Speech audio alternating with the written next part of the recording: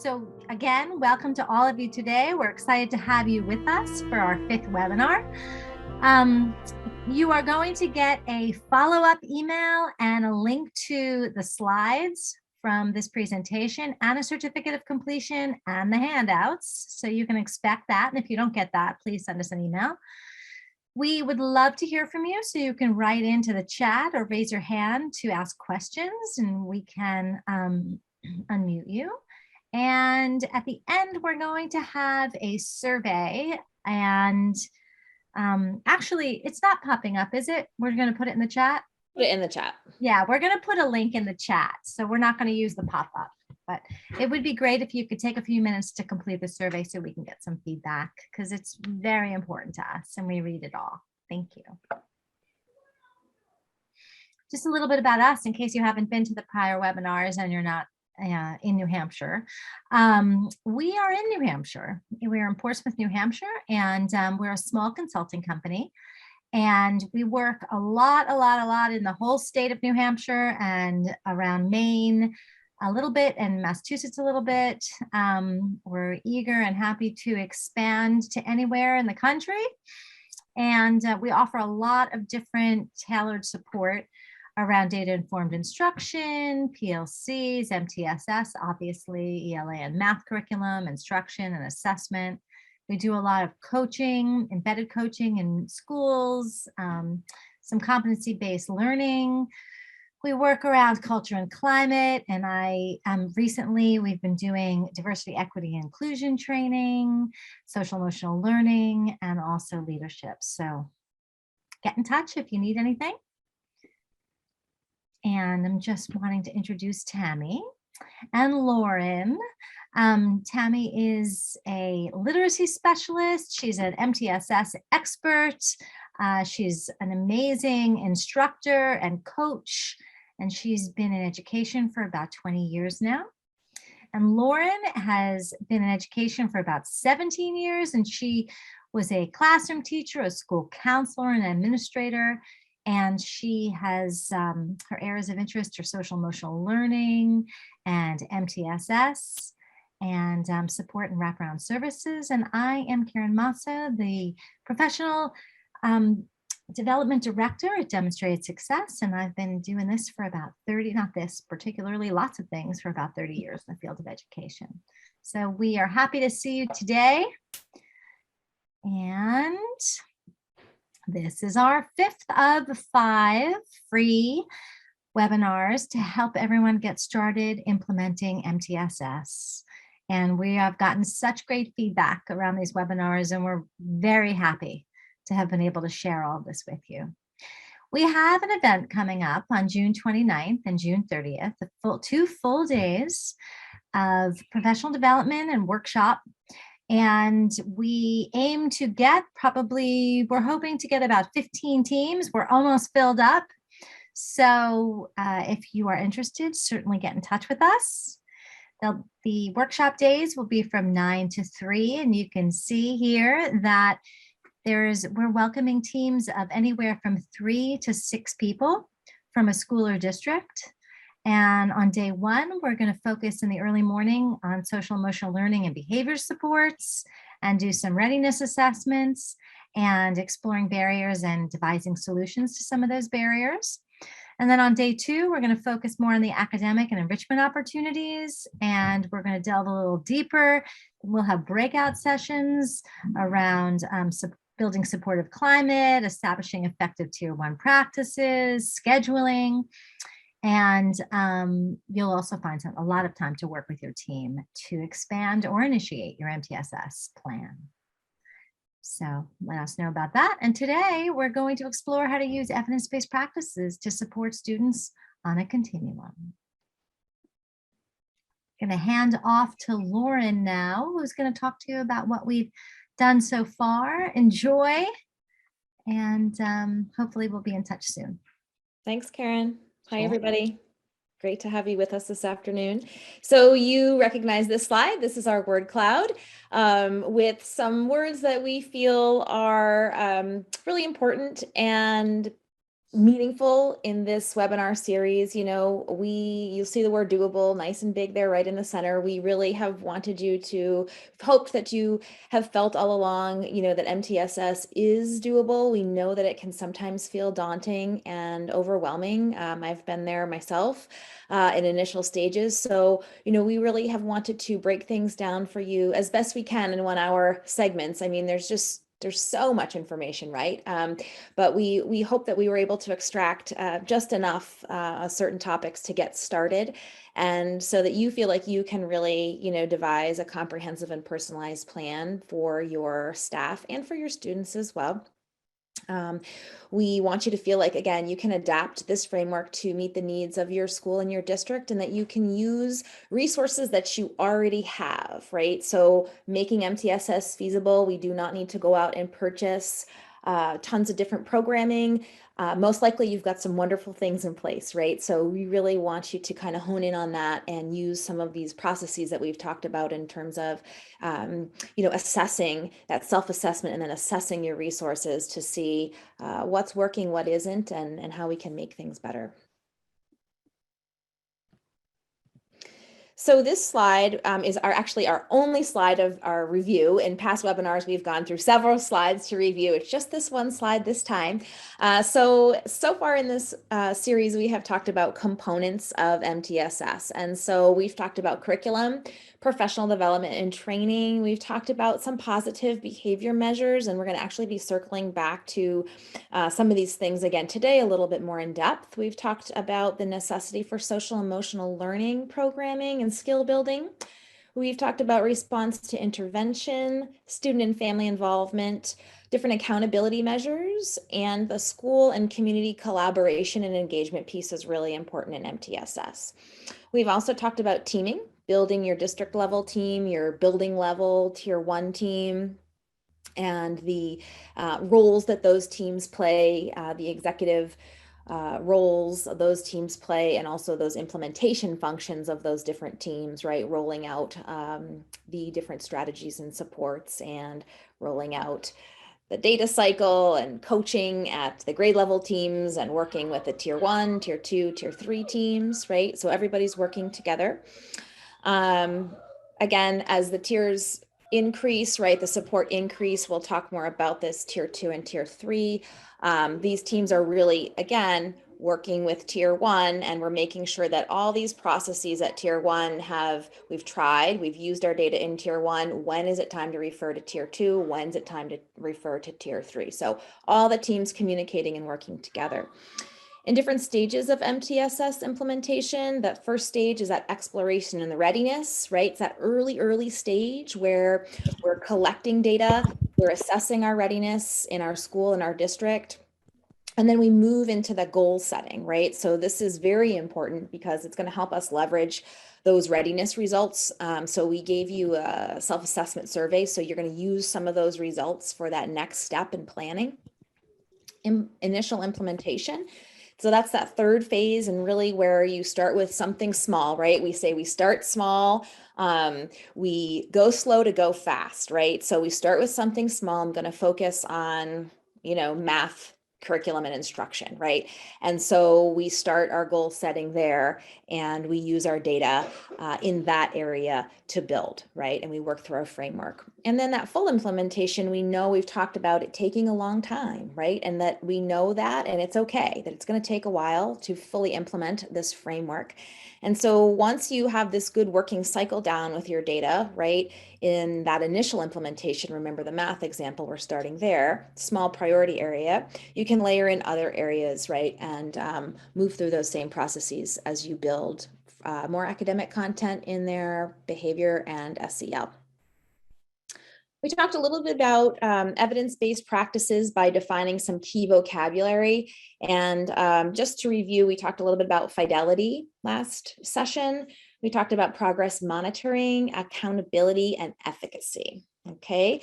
And then finally, we talked about data, right? And so we talked about the data cycle and the protocols to analyze and interpret data. And then again, to use that information to create those SMART goals to guide our work. We also shared with you how data informs work in all implementation stages of MTSS. So we had brainstormed many questions that you can ask with your team to really hone in at different stages. So the image on your screen, we really, really like this image, right? And so initially, essentially, this is our cycle, right? Our cycle as we work through one particular priority area, but it's also our cycle of the framework in general, right? So we're collecting data, we're analyzing, we're implementing supports, and then we're evaluating the effectiveness. We're considering social emotional health and wellness of our students, we're considering behavior, and we're considering academics, right? And we know that in this tier of intervention, we start with sort of this tier one. And the reason why I like this image so much is that, you know, this image really emphasizes the point that supports in MTSS are layered in.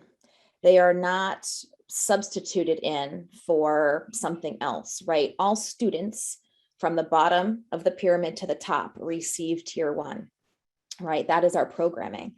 And then some students receive tier two, right? It's more strategic in support. And then a few students will receive intensive support, right? So we're thinking maybe like 5% of our students, okay? So this image we feel is just really nice to emphasize that layering, right? Which we've been talking a lot about, and we actually will dive in a little bit more today. So I'm gonna turn it over to you, Tammy. You ready? I am ready. Thank you so much, Lauren. So we're going to jump in. We're going to start with academics with these tiered practices.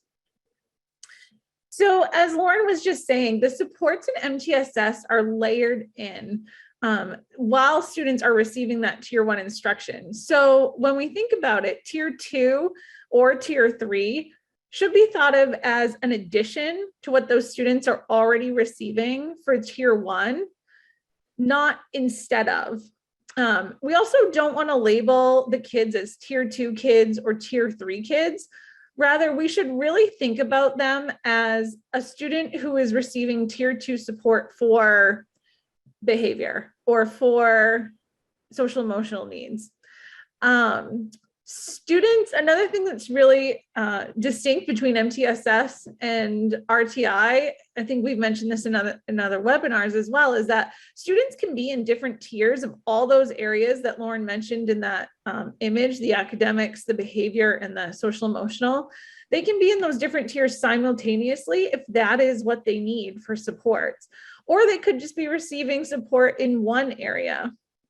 Determinations really need to be based on the data and personalized to the needs of the child.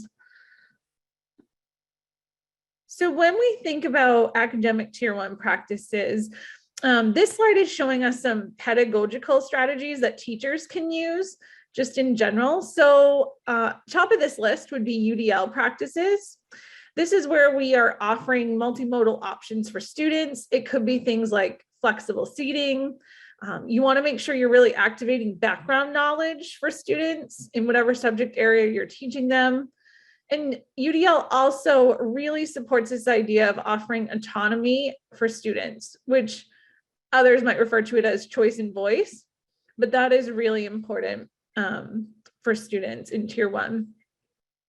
Another thing you want to do in tier one, regardless of your content area or your grade level, is you want to have direct and explicit instruction. So that is really thinking about the way that you're teaching, and you want to make sure it's strategic and structured for the kids. So you want to make your lessons really clear, and you also want to make it clear to show kids how to start and succeed on a task. And then give them tons of feedback along the way and chances to practice. And in a previous webinar, we talked about meaningful feedback, and that's where that comes into play. Another thing you want to do as a teacher in tier one is you really want to make sure you're offering lots of differentiation. And we can differentiate in 4 ways. We can differentiate by content, which when we think about differentiation by content, we're thinking about what learning is actually shared. So this takes into account things like learner outcomes based on standards. It is driven by formative assessment data. It also builds on student areas of deficiency, and it keeps the student interest in mind. So again, we're going back to that choice and voice. We can also differentiate by process. So this is how students are acquiring the information that we want them to learn. So this could be done through that flexible grouping and pacing. It could be done through scaffolding of learning, which is really important. It could be done through effective questioning. So we really want to take into account what types of questions we're asking kids, how meaningful they are they higher order or lower order thinking questions? And then we want to make sure that we are also differentiating our learning tools by offering students multiple types of learning tools. We can also differentiate by product. And so when we think of this is really how students are demonstrating what they've learned. So we want to make sure we have really authentic activities and assessments for kids. We want, when we are designing an assessment at the end or some sort of product, we want to take into consideration all learning styles of the kids sitting in front of us. Again, we want multiple opportunities for them to be able to practice and demonstrate this learning. And then we want them to, again, have choice and voice in there as well. And finally, we can differentiate by environment. So this is really where and with whom students learn best. So again, it goes into that idea of, our classroom setup, what types of seats we have, where they're located, how students are going to interact and collaborate with each other, how they're going to have ownership opportunities. And we want to make sure we have clear guidelines in there as well. And for any one of these topics you see here on the slide, we could certainly spend hours or even day-long workshops in any of these realms. So this is just a quick overview. Finally, the last one here is the rotational blended learning. And so this is a rotation model of blended learning that takes into account both online learning of some sort and then, in-person direct interaction with materials at hand for students to engage not just with each other, but also with the curriculum. It allows them to work independently and collaboratively throughout different stations or rotations within our room. And it provides you as a teacher with a high level of adaptability to really tailor your lessons to students. So it's really a great way to differentiate the process of learning that we were just talking about. All right. So now we're going to talk about strategies that will support students. So that previous slide again was sort of pedagogical moves that you as the teacher can make. These are strategies that you can now implement and adapt to any grade level or subject area again. So reciprocal teaching is one. I know some of you on the call are probably very familiar with this. It asks students and teachers to really share the role of leading and teaching by allowing the kids to both lead a discussion and be listeners about a given reading assignment. This actually works really great for nonfiction reading that students might do in like a science or a social studies class. And believe it or not, reciprocal teaching also works really great with word problems in math, especially those that get super lengthy. Because there's a lot of vocabulary and information in them that kids have to decipher. Collaborative writing is when students are working together on a writing project or an assignment. So here they're in pairs or small groups. You provide time for them to collaborate and work together. They have specific tasks and roles within this. And then you as a teacher want to set guidelines and deadlines for them. But this really helps build students' creativity and confidence and collaborative skills. It helps their brainstorming skills. It strengthens their own ability to, work off each other's strengths, and then it provides authenticity for students as well. And again, in math classes is also really great because you could ask your kids to write about their process and reasoning behind their answer. So I know as math teachers, we're always saying, show your work, but this really gets them to think about and reflect on why they did the work that they did and the methods and the steps that they chose. A think aloud strategy is another great one. This one, again, is flexible and versatile for all grade levels and content areas. It helps students with comprehension of material and it makes thinking visible. And it goes back to that demonstration and modeling that we've promoted so much throughout this series in our, direct instruction methods. And this is really great because you're not only teaching students about curriculum or content, but you are showing them the process of actually thinking and interacting with material. Mind mapping, or some of you might call it sketchnoting, is actually visual note taking. So this strategy can be used to help students learn how to take notes. They can use it to show relationships and connections between concepts. They can use it to brainstorm ideas or visualize ways to approach a question. They can even use it to organize ideas or review learning in preparation for some sort of assessment or product that they have to do. So this takes into account that student choice we were talking about. It also, research shows, has been proven to strengthen their memory. It makes annotation thinking intensive versus passive. It can also enhance focus, and research again shows that this is also a really great stress reducing activity. So Lauren's going to talk to you in a little bit about social emotional things that you can do, but this is one academic strategy that you can do that will help that. And it's highly engaging for kids. Silent conversations, these are great. They support writing skills, but they also support thinking and discussion skills. This is beneficial for kids because it's going to slow them down and help them process things more deeply and do a lot more reflection on their work. And again, their process of thinking and their process of work. It's going to allow students to see multiple perspectives. It's also going to help create a visual record of student thoughts for you as the educator, which can be great formative feedback that we've harped on so much throughout this series, because it's great data for you to use to be responsive to the learners in front of you.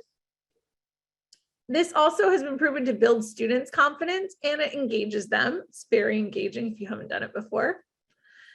Journaling. I'm sure a lot of you use journals in some capacity. This allows for multiple opportunities for writing throughout kids' days. It provides a safe space for them to work. So oftentimes when kids don't really want to answer a question out loud or say something in front of everybody, sometimes if they can write it down first and kind of process through, it really helps them. And then therefore they're a little bit more confident when they have to speak. It allows for self-reflection and goal setting. And there are multiple ways you can use it. You can use them just for free writing. You can use them for double entry journals or teacher selected prompts that you want them to answer. They can use them for brainstorming. You could have them do lifted line responses where they sort of interact with particular quotes or facts that they found interesting. They can use them for note-taking, vocabulary, or even math practice. And finally, the last one we have on here is jigsawing.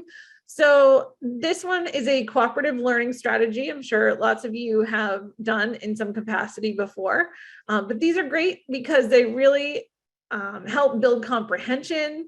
They encourage that cooperative learning we want, and they improve listening and communication skills as well. So again, that was a quick overview of just some different strategies you can use at Tier 1. We could spend days on these forever, and there's so many more out there. It was really hard for me to choose, but I wanted to give you a quick snippet. When we get into Tier 2, this is when kids start working in small groups. So whether you do them in your class or you have a specialist that takes them, this is where we start seeing groups of kids for about 3 to 5 students. This is really the maximum that's suggested for Tier 2 academic interventions because it keeps them targeted to the learners that are in front of us. If they do go see an interventionist or some sort of specialist, it would usually occur at Tier 2 about 2 to 3 times a week. The timing would be about 30 to 45 minutes, depending on the grade level of the students and or the curriculum that they're using. Remember, these supports, though, as Lauren said in the beginning, and I think I might have mentioned as well, these are in addition to what the students are receiving in Tier 1, not in place of. So for example, it does not make any sense to pull a student for math support or enrichment during a math class. Like, we just don't want to do that. And then we want to make sure that we are incorporating strategies and supports based on what data is telling us. So another example in terms of this, it does not make sense to put a child into some sort of reading intervention or enrichment program that supports comprehension when what the child really needs is writing support or enrichment. So we want to be strategic in how we place kids. We also want to make sure we have explicit scaffolding. So it's a process by which you as a teacher are going to add in supports in order to enhance the learning for that child. But then you're going to also systematically, based on the experiences and the interaction the child's having with that and the acquisition of new skills, you're going to gradually remove them again. We don't want them to be in place forever. We also, again, want to have that frequent corrective feedback and goal setting. We want it to be meaningful and authentic and responsive. So saying things like, you got this wrong, or check that again, you know, that's not necessarily going to be meaningful. That those are just going to be statements that slide right over the kids' heads. So if students are struggling or they need enrichment, make sure you're stopping them in the process of where they're at and really providing them with feedback that's going to support them towards their goals. And you want to aim to have about at least 6 data points on each student within a 6 to 8 week time frame within tier 2. At this stage, you also, again, want those multiple opportunities for students to practice, regardless if they're in tier 2 because they are struggling or if they're in tier 2 because they need enrichment. Remember, MTSS supports both enriching students and struggling students. And then if they are struggling students, one thing that might be helpful is to reteach or even pre-teach the tier 1 content and strategies to them. They may at this point also go into an RTI program such as Title I, although you do not have to be a Title I school to have an RTI program in place. And here, if that happens, the interventionist is typically going to work with specific evidence-based programming and keep consistent data for the child as well. And then for the students at this level who need a bit more enrichment beyond what the general classroom is giving them, yet they might not be able to advance to the next grade level because of a number of factors, they may go into something like a gifted program, or they might work with a specialist on site who's going to provide them with those enrichment opportunities that they need. So if your school does not have a gifted and talented program, or if the child may not qualify for one, you and the MTSS team will want to find ways to support this child in addition to that classroom instruction at tier 1. And then when a child gets to tier 3 here at the academic level, this is where you're going to start really, or they are going to start having individualized instruction. So usually at this point, the child is 1-to-1 when in tier 3 interventions or support, so that this instruction can specifically be tailored to them. These, because they're in tier 3, they are intense and frequent sessions. So they'll occur about 4 to 5 times a week. In order to get the intensity of that support that they need, again, whether it's because they're struggling or because they need that enrichment and that extra push. It's very specialized support. At this level, you're definitely working with an evidence-based program that's really tailored to their needs. This, again, like any other tier in the system, as we've talked about before, is really driven by data. So the choice of fluidity and flexibility, as well as program choices or what strategies you're using, all of those things need to go into this idea of basing it on data, whether it's formative or summative or a combination of both. At tier 3, students usually start having written plans put in place as well that are shared with all the stakeholders. So that means the child needs to be involved in this as well. They need to see their goals written down. And that's really going to go back and tie it into that autonomy we were talking about at tier 1 and self-reflection and action on their part as well. And it just helps get them invested in what we're trying to do for them.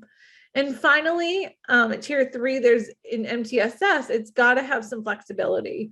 So RTI tends to be a bit more rigid in terms of the way students can move through the tiers. You know, usually it's a pretty linear process and they have to be in, you know, a certain program or something for so many weeks, et cetera. However, with MTSS, while it's driven by data, there does need to be some element of flexibility so that students can access all those various tiers simultaneously or at different times if needed.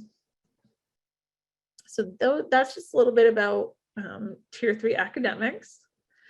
And then here is an image of suggested Tier 2 and 3 activities. You will get access to this in the follow-up email that comes tomorrow as part of that folder that comes along with a copy of this slide presentation and everything else. So I know it's really hard to read here, but I promise you will get it and you can do with it what you will. But this really talks to you about different strategies you can use in the areas of comprehension, fluency, phonics or phonemic awareness, math, and writing. And there are strategies that impact learner outcomes in pretty much any content area or grade level in this, which is why we chose these 5 as sort of the main ones. So I just want to highlight one strategy in each area really quickly, and then I'll turn it off to Lauren. So in comprehension, visualization is a great one that can help transform students from passive to active readers and improve their comprehension. So this is really when we're having them create mental images, drawing on their knowledge and their experiences, and then applying it to the text. And this works really great for not just fiction, but nonfiction reading as well. So all of you science and social studies teachers out there, this is a great one for you to try. And it even again works for math word problems. So you math teachers out there, I would suggest you give it a try. For fluency, assisted reading is one of them. This is where you partner kids up and struggling readers are supported by proficient readers, and they're getting that immediate feedback and lots of levels of practice. For phonics or phonemic awareness, word sorts are really great because they're multisensory. They can help learners identify patterns and group words based on different categories. And these are also really great for ELL learners too. Math, manipulatives, and visual aids are super helpful, especially at tiers 2 and 3. They can really help increase the conceptual understanding. We know that math is not a 2-dimensional subject. So even the best drawing of a cone is not going to provide the same experience as holding one for kids, right? Which for some kids, that's what they need. They need to have it be tangible and interact with it. So it's really these manipulatives and these visuals are going to let you find ways to help your students examine math from all sides. Use some Hot Wheels cars to demonstrate velocity and acceleration, or use a tape measure to teach area and volume. All of those things are going to help bring math off that page and learning to life for the kids, so to speak.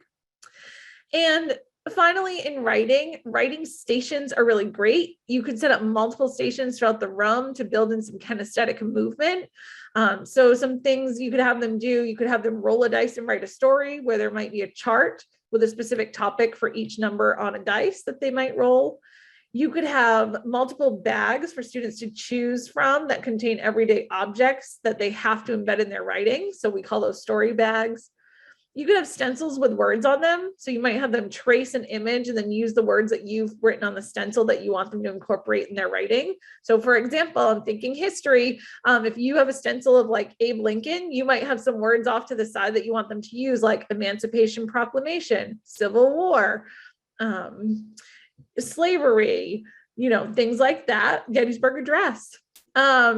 You could have them do deck of story cards where they choose one deck from a setting, one character deck, and one card from an event deck. They could do Twister Memory where they turn a favorite memory into a fiction story. They could brainstorm with emojis. You could have a dice or a cube with different types of emojis that on it, and they have to embed those emojis and those feelings into the characters in their writing. Graphic templates where they could write in comic book style or graphic novel form, bio poems, grammar stations, and even chat stations for editing and collaboration are also great. So those are just some ideas. Again, we could spend multiple days on any of these and talk about these further in depth. But for now, I am going to turn it off to my good friend and colleague, Lauren, who's going to talk to us about social emotional learning and behavior. Take it away, Lauren. All righty. Thank you. That was great, Tammy. Thanks. We have to transition our minds now and our brains. So this is our transition slide. We're going to spend the next 20 minutes or so talking about SEL and behavior. And I'm really going to hunker down in tier 1 for quite a bit of time. And then we'll talk a little bit about tier 2 and tier 3. So let's move to the next slide, Tammy. Thank you so much. Awesome. So this wheel may look familiar to many of you. It's an image to highlight the Castle 5, which addresses 5 broad and interrelated areas of social emotional competence. So Castle is the collaborative for academic and social and emotional learning, right? So it's an organization comprised of researchers, educators, child advocates, parents, right, who have really put the need for child and adult social emotional learning and skills, skill building really on the forefront for the last 20 years or so. I feel like for the last several years, we've talked a lot about student SEL, bringing SEL into schools, right? I personally haven't felt like the dialogue has talked a lot about educator SEL until the last year or so, right? And so I think it's been really great. A lot of different professional organizations that I'm a part of, or blogs that I read, are really putting emphasis on educator SEL as being just as important. And I'm grateful for that. I think that that's essential. So we'll talk a little bit about that here as a tier 1 practice. So in this wheel, these 5 areas are comprised of self-awareness. So this is the area where students and adults, right, are focusing on explicit skills such as identifying emotions, recognizing strength, self-confidence, self-perception, right?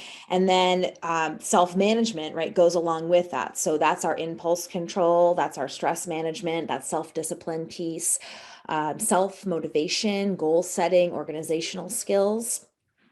And then you see social awareness and relationship skills. So that social awareness piece is perspective taking, empathy for others, appreciating differences and diversity, respect for others. And relationship skills is going to hone in more so on the communication, right? And engaging with others and building those solid relationships, right? Also working in teams is a focus in relationship skills. And then finally, the yellow spoke in the wheel is the responsible decision making, right? So that's identifying problems. We are going to analyze different situations, and then we'll figure out how to solve the problems, right? Through that analyzing piece, that reflecting piece. This is also where we need to set our boundaries, right? And focus on responding ethically and morally in situations. So I'm hoping that you will come back to this image and this information, and I've linked this all for you and the resources that you're going to get, really as you lay the foundation for your social, emotional, and behavioral programming, right? I personally, and I'm putting these two together, right? SELB, because I personally have had a hard time separating them, right? And so in this multi-tiered system of support, these are just, well, not even in just MTSS, but these are just so interconnected, and they really do need to be focused on together, right? So if you have a student who's struggling with unwanted behaviors such as teasing or unkind language toward a peer, you really do need to hone in on specific self-awareness, self-management, social awareness, right? And relationship skills to work that situation through, right? To support that student. So you're in the wheel, you're in the SEL, there's an undesired behavior, but you're still focusing on the SEL piece, right? And so again, an anxious student, right? You're going to want to work with that student to develop and strengthen skills. Again, self-awareness, self-management, right? We're going to learn new strategies, new behaviors to replace some of those unwanted, feelings or behaviors. So this to me is critical. And I will, in tier 1, I will separate them, but I will give you a couple of examples where I'll say to you, this feels SEL, this feels behavior, this could be both. So we'll work our way through it. So here we are. So here's our social emotional learning tier 1. So SEL curriculum for students. We know that embedding a formal SEL curriculum to explicitly teach social and emotional skills is one practice that you can implement in your school to support social and emotional wellness for our students, right? There are so many programs out there. I'm going to just give you the name of a couple and talk about them, but there are hundreds, right? And so the CASEL website, which actually we gave you last time, I'll give it to you again, provides information for you on all of the different programs. It offers a comparison of programs. It offers you a way to filter programs by grade level. So it is really a wonderful resource for you in New Hampshire and of course across the country, but we're in New Hampshire. So I know that a lot of schools are using the Choose Love social emotional curriculum. It's widely used here. It is free, right? So it is a pre-K to 12 curriculum. Again, explicit skill building. It focuses in 4 major areas. So it's focusing in empathy, forgiveness, compassion, and courage. And so the units in those areas take you through the year. Again, CASEL 5, right? All the indicators are embedded in this curriculum through these 4 content topics.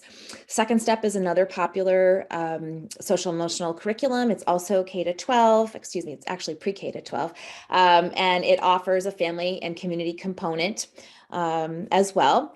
This program costs money, so you would pay for this program, and the cost of this program will depend on what you're really looking for, how many students you have, how many schools you have, and so you could talk to a representative, from the company if you were interested in Second Step, to come in and really assess your needs, personally for your school. Leader in Me is another popular one. This is again an evidence-based model, right, that builds leadership skills and life skills in students, layering in a nice foundation, for academics. It focuses on developing 7 healthy habits of effective people. So again, this is good for adults as well, right? So being productive, goal setting, personal wellness, building healthy relationships are just a couple of those component areas. It is a K to 12 program. And Wayfinder has an elementary through high school focus. Compassion and empathy are where Wayfinder curriculum hones in for elementary, and then middle school focuses on community and belonging. And then the high school level focuses on building a purposeful life. So that planning piece, the transitions to post-secondary opportunities. And so for this program, you can follow a prescribed program, but you can also search within this database for different activities based on specific needs that your students may be presenting at a specific time, right? So that's great. Another program that I want to talk about is Responsive Classroom. So Responsive Classroom is a student-centered social emotional approach to teaching and discipline. This is not curriculum, right? This is an approach. So when you train for this program and you receive resources, it's not a curriculum. There's wonderful activities that you have access to, and there's a ton of support, but it's not a curriculum per se. It focuses on building student community and collaboration, promote student self-management and critical thinking. We are going to touch a bit upon a couple of different elements of Responsive Classroom, but please know I'm not necessarily promoting one of these things over another. It's just there's a couple of elements that you could take from it that are connected to other programming and strategies. So I will share with you when we get there. All right. SEL for adults, again, taking, like I said, and I really do mean this, taking care of the adults in your building is very important, just as important as taking care of our students, right? So when we're thinking about adult wellness and SEL, we want to think about it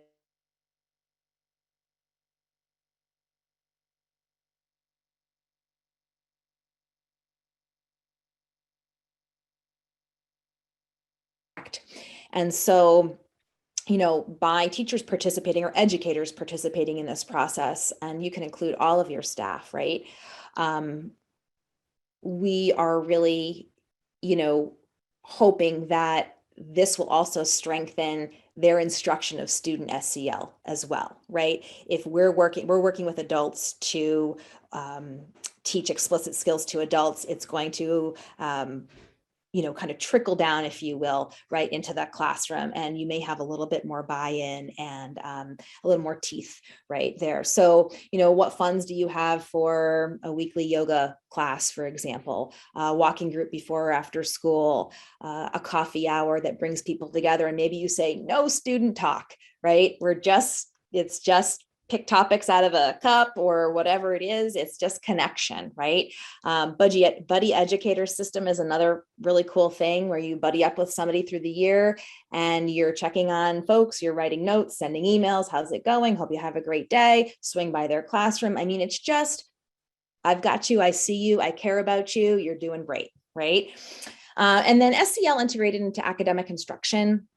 So sometimes it might feel like you are being asked to make a choice, right, between strengthening SEL and then growing academic skills in your students. And so all are important, right? It's that whole child. So the skills that students need to learn are the skills that SEL provides, right? Like reflecting, perseverance, motivation, managing stress, asking for help, receiving feedback. So these are some of the things that we need to move through our academics, right, on a daily basis. So I've actually done some digging through for other projects, but looking at the Common Core standards, and you actually see SEL skills implicitly embedded in some of the standards, whether the folks who wrote those standards had that in mind or not. But I'm going to give you just one example. I could give you several and we could spend a long time here, but we can't. But one example is for like a Common Core math, right? So students make sense of problems and persevere in solving them.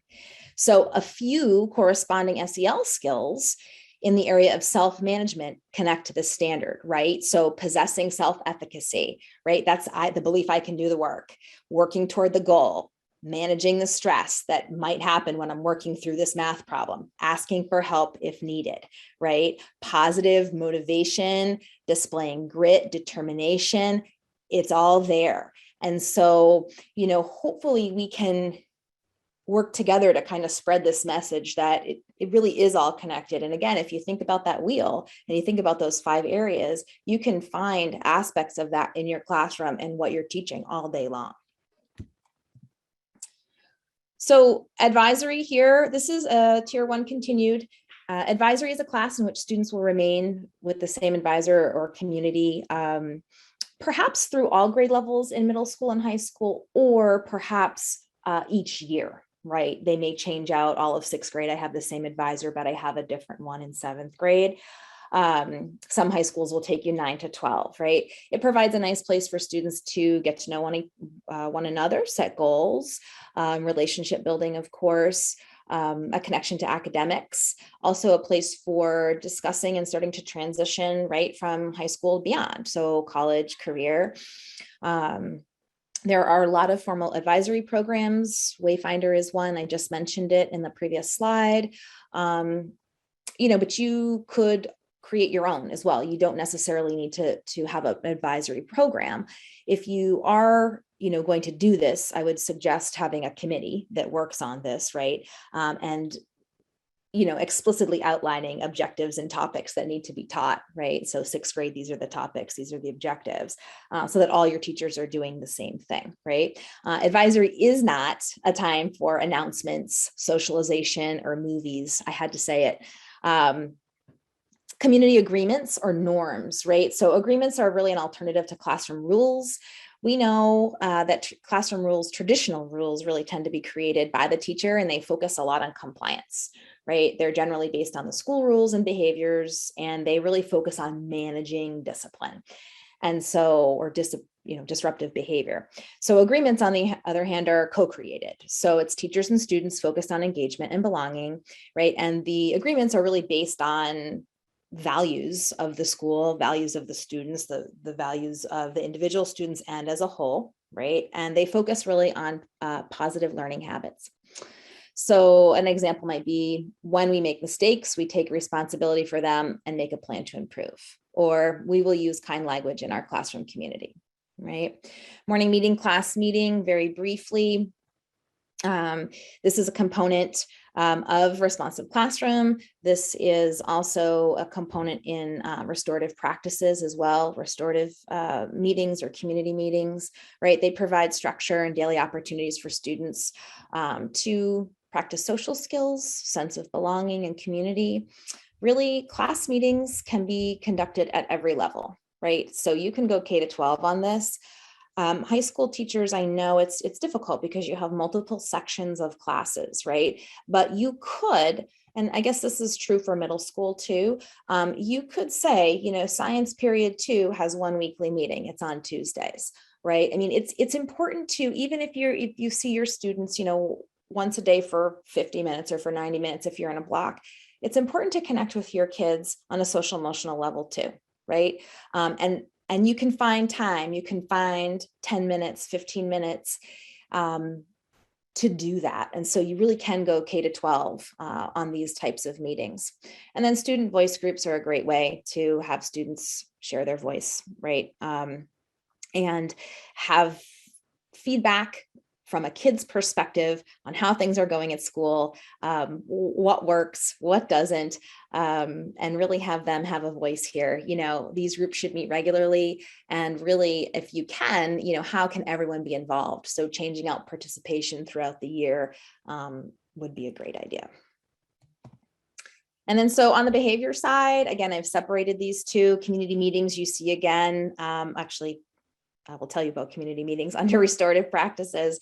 I'm going to start there. There are several restorative practices we could talk about. I'm only going to give you a couple here in the time that we have. But restorative practices are tier 1 here. And an example is a community meeting. So we just talked a little bit about a morning meeting or a class meeting, same type of thing. So again, there's something for SEL and behavior that there's a lot of overlap here, right? And so with the restorative lens, this meeting could be a circle that opens your day, right? So you have a community meeting every single morning when students walk in. It can also be a circle to close your day. We have a community meeting at the end of every single day to process the day. We can also come back to this circle when it's established, right? If we have a problem as a class. Something's not working in this classroom. We need to talk about it. So you can use this meeting in those different ways, right?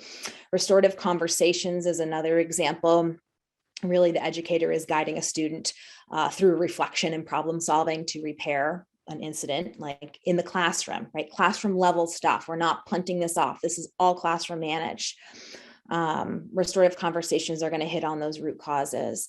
Another piece of that is a problem solving conference. So if you have a problem with a student's not completing work, you feel the student is distracting others. As a teacher, tier 1, I can have a conference with a student to work through a process, right? And to work through to get to a strategy to make a plan with that student. Nonverbal and cueing and proximity. Nonverbal cues are a great way to create a working relationship with a student without calling the student out or drawing negative attention to the student, right? They can be quick, they can be discreet, and it helps to make students a little bit more comfortable, especially if they're having a hard time, right? With some things. So you can use nonverbal communication to redirect a student, right? Maybe by shaking your head or raising an eyebrow. You can remind a student to do something, perhaps by pointing, right? You can also reinforce by a simple nod of the head. A smile will go a long way, thumbs up, right? And you can also work with students. I've done this, and you probably have too, right? To create a special signal that means something, right? That a student needs, or you've had a conversation and you've created something, right? And then proximity is just a term to describe a teacher's nearness, right? And so that's really important. You can continue your teaching, but you can stand right by a student, right? You can be right by that person if that student is distracting others or chatting, or you maybe notice they're not on task. You could stand next to them. You could put your pointer finger right on their paper, kind of tap, we're here, follow along, right? And you can move yourself across the room. So that's really impactful. Teacher language technically comes from responsive classroom, but again, it's an element that I think everyone should really hone in on. So honestly, I mean, language is really one of the most powerful tools that we have as educators, right? And it's actually one of the tools that we have that's completely within our control, right? So sometimes we feel that things aren't in our control, but this is. So just like with nonverbal cueing, we talked about reinforcing, reminding, and redirecting. It's the same type of thing. So this reinforcing language, for example, we're going to say what the student's doing well, we're going to highlight the positives, right? And we're going to de-emphasize sort of like, your personal approval, right? I really like the way you added added details to your writing. Instead of saying that, because as the child looking for your approval, you're just going to simply state, you added key details to your main point. Done. Right. So, you want to name specifics and be concrete. Reminding language, getting kids back on track. We want to be brief. Sometimes we use too much language. We want to be calm and neutral in our tone. And so finally, redirecting language lets teachers provide external control, right, to keep kids safe and productive, right, if their self-control is kind of failing them. So, so there are, plenty of ways we can use our words to support our students. Logical and natural consequences really are natural outcomes, right? And again, like Tammy said, for some of her examples, we could literally spend a day on these topics. And so, logical consequences are respectful, they're reasonable, they're helpful, right? It's not punishment, it's not punitive. Right? It's not focused on retribution or vengeance for something that happened, right? It's a behavior and outcome that are planned by adults, right? And so that focuses on teaching students to do differently or better, next time.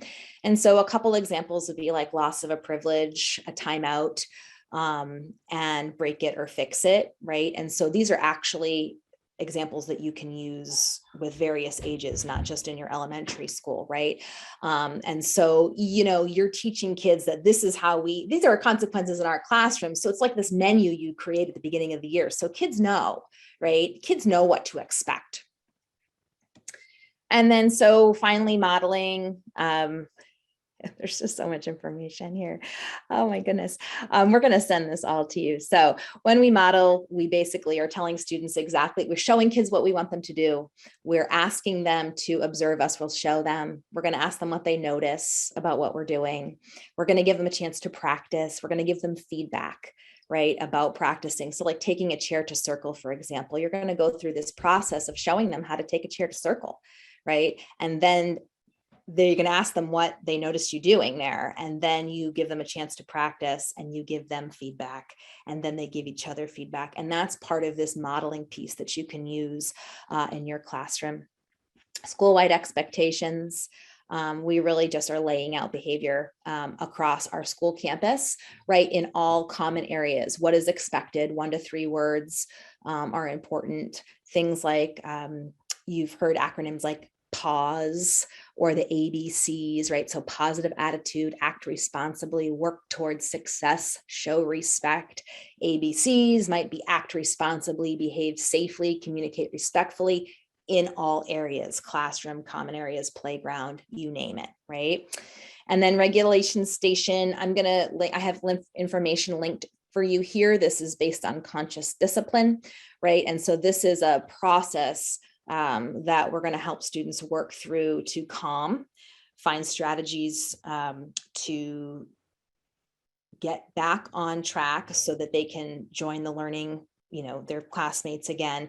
But also it's going to focus on, fixing something, making something right at the end, right? So identifying feelings, calming, an opportunity to add some movement here. So they may be stretching, they may be doing some yoga, that you may have a bin of rice, right, for some calming tactile input.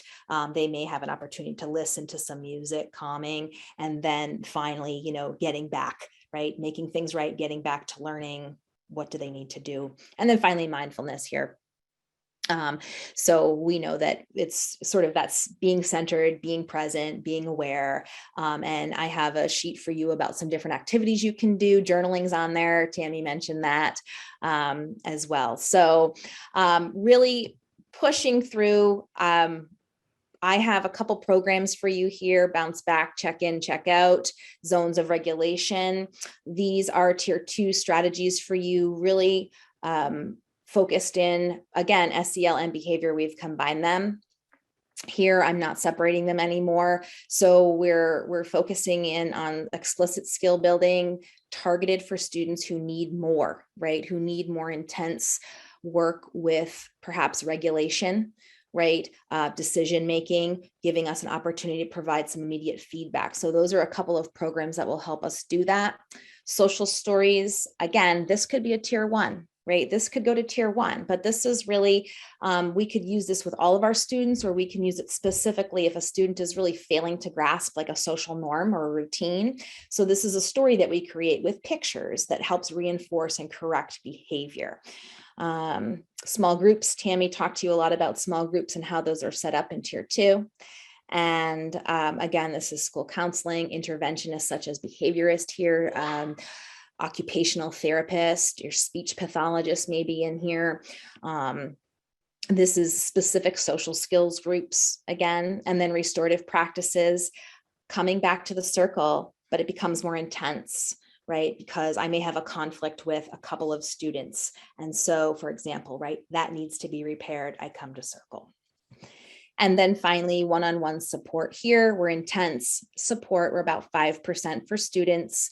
This is where your mental health counseling comes in, your drug and alcohol, that's your LADAC. It may be a referral out here, right? If you don't have one working in your building.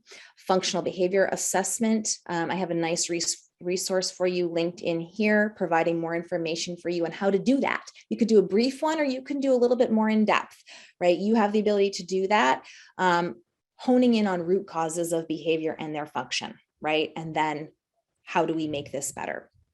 Home visits, that is your group getting out to visit a student in their home setting, visiting parents or caregivers. Renew is another strategy, another support, comes out of UNH. I have about another minute here left. Resilience, empowerment, and natural supports for education and work. Renew. It is a structured school to career transition planning and individualized wraparound process for our students who have some emotional and behavioral challenges, right? And so it's not just used in New Hampshire, it is across the country. And then again, restorative practices will focus on repair, right? They're going to focus more on reentry and reintegration here. A student's been out, perhaps for something that happened in school. A student might have also had a run-in with the law and had to be out of school. So we're reintegrating back into the school environment. So there's so much more to even say about all of these things. And I feel like we could use so much more time, but that is it. And so we are going to wrap. Tammy's going to put the link in the chat. And if you could just click that link and then you can head on out, that would really be wonderful. Thanks, Tammy. And thanks for hanging on, all of you. I know it felt so rushed at the end, and it's just, there's just, like I said, there's so much to say. And it's all awesome, right? All of this is, it's great to talk about. If you have specific questions, I'm happy to either hang on the line or email with you if you want to learn more about something. The resources that are coming to you, Tammy and I have 3 pages of resources for you this time. There's so much. And if you want to do more work in this, come join us on the 29th and 30th. We will spend a lot of time talking about all of what we've talked about in these 5 webinars. And especially, I think today, I think folks do want to talk about behavior. I think you want to talk about SEL. And so we definitely will have a lot of time to do that in June. So there's your resource slides. You'll get them. So much here for you. And that is really it. So thanks so much for joining us. Contact us anytime. All right. Thank you so much, everyone. Thanks for hanging in with us. You guys are great. And thanks for joining us on all of the webinars. Enjoy the rest of your school year. Good luck. Congratulations.